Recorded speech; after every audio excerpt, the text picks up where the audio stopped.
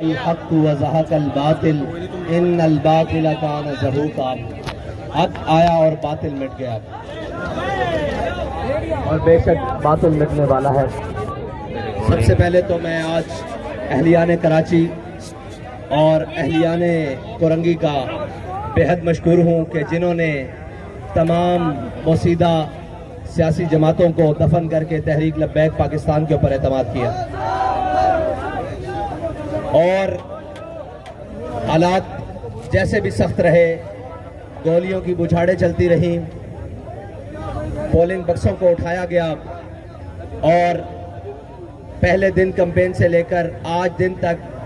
ہمارے امیدوار کی کردار کشی کی گئی، جیسے بھی حالات کیے گئے، لیکن تحریک لبیک پاکستان ان حالات میں الحمدللہ جیت چکی ہے۔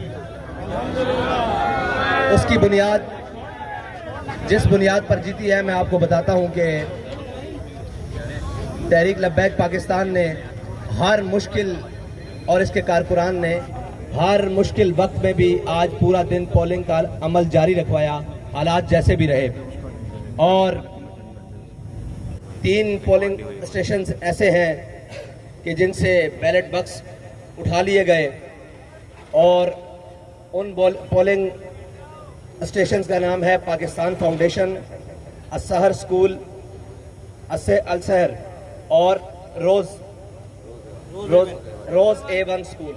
یہ وہ سکول ہیں جہاں سے بیلٹ بکس اٹھائے گئے، اور جن کا ثبوت ہمارے پاس موجود ہے، اور ان کی ویڈیوز ہمارے پاس بھی موجود ہیں، سوشل میڈیا بھی موجود ہیں، اور میڈیا کے بھائیوں تک بھی پہنچ چکی ہوں گی۔ اور راتوں رات ڈی ایم سی کا عملہ تعینات کیا گیا، جس کے شاید 14 سے 15 ارکان کو 10 بندے یہاں پر اس حلقے میں ان کو تعینات کیا گیا، جو کہ بالکل غیر قانونی تھا۔ اور اس کے بعد مختلف پولنگ اسٹیشن پر دھاندلی کی گئی، لیکن اس سارے عمل کے باوجود تحریک لبیک پاکستان پولنگ ختم ہونے کے تک اور 288 پولنگ اسٹیشنوں کا رزلٹ آنے تک واضح اکثریت حاصل کر چکی تھی، لیکن 288 کے بعد RTS سسٹم کو باقاعدہ ہینگ کیا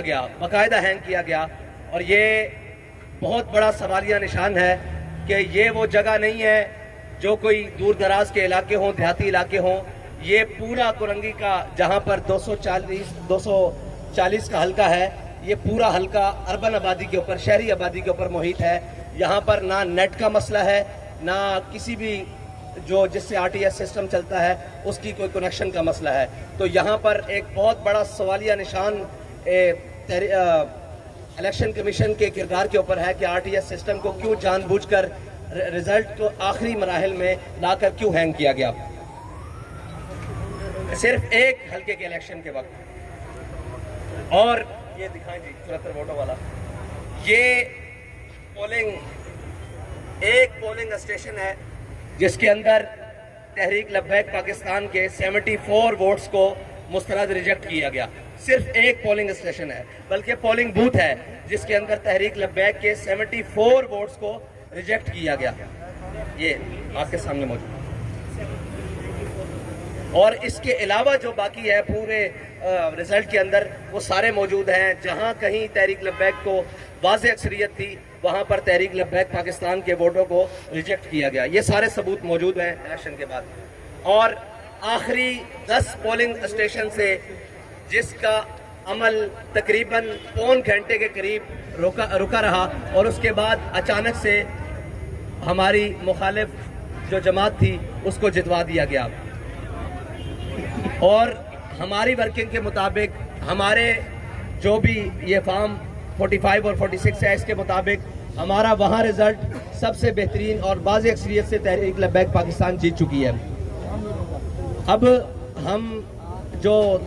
الیکشن کا پروسیس ہے اگلا، وہ ہے ری کاؤنٹنگ، اس کی طرف جا رہے ہیں، اور جس کی درخواست ہمارے امیدوار کی طرف سے جمع کروا دی گئی ہے، اور انشاءاللہ ہم اپنے ووٹ کے اوپر آخری دم تک پہرا دیں گے۔ ہمیں کورٹ جانا پڑا، کورٹ جائیں گے، الیکشن کمیشن اسلام آباد تک جانا پڑا، اسلام آباد جائیں گے، اور ہر قسم، ہر طرح، ہر فورم پر انشاءاللہ اپنے ووٹ کے اوپر پہرا دیں گے۔ جی آپ کا سوال۔ اور انشاءاللہ دھاندلی کی تہہ تک جائیں گے اور ہر مجرم کو بے نقاب کریں گے جو اس دھاندلی میں ملوث تھا. شرم کرو شرم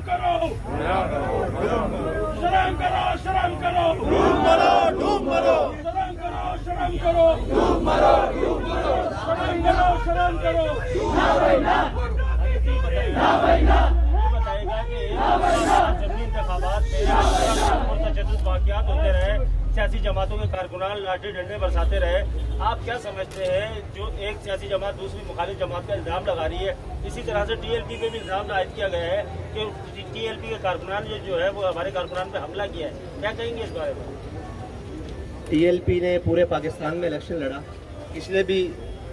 جو ضمنی انتخابات تھے ان کے اندر بھی الیکشن لڑا, لیکن ٹی ایل پی کا نہ یہ وتیرہ ہے بلکہ پورے پاکستان میں کہیں بھی کوئی ثابت نہیں کر سکتا کہ ٹی ایل پی نے کہیں بھی پولنگ عملہ رکوانے کے لیے کوئی تشدد یا کوئی کسی قسم کی رکاوٹ پیدا کی ہو. یہ انہی کا کام ہے جن کا وتیرہ ہے اور جو اس طریقے سے الیکشن لڑتے ہیں, اور جن کو واضح اپنی ہار نظر آ گئی تھی اس کے بعد وہ بوکھلا گئے اور انہوں نے ایسے ہوش ہتھ کنڈے شروع کر دیے, اور ٹی ایل پی ایسے تمام ہوش ہتھ کنڈوں کو یکسر مسترد کرتی ہے.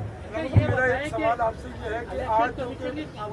ووٹرز ٹرن آؤٹ صرف 8% رہا ہے, تمام سیاسی جماعتیں اس کی ذمہ دار نہیں کہ اپنے ووٹرز کو نکالنے میں ناکام رہی, بشمول تحریک لبیک پاکستان کی بنیادی وجہ آپ کے اینڈ پر کیا رہی ہے؟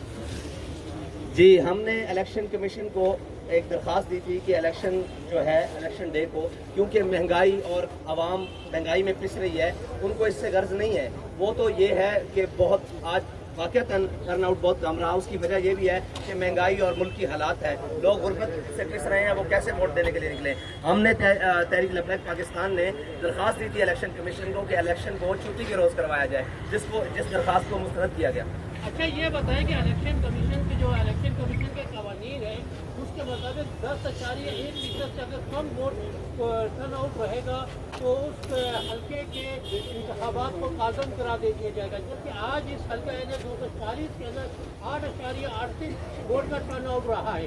نہیں, 5% خواتین کے ووٹ پر ہے. اس قانون کو آپ پڑھ لیجئے گا, اگر کسی بھی ووٹ کا جو کاسٹ ہوتا ہے اس کا 5% اگر خواتین کا ووٹ وہ نہیں ہے تو وہ الیکشن مسترد ہوتا ہے. باقی ایسے جو آپ بات کر رہے ہیں